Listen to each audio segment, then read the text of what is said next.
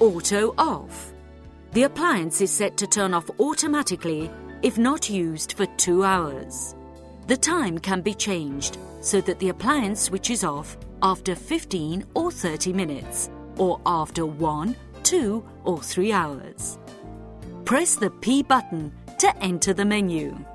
Turn the selection knob until the alarm light comes on.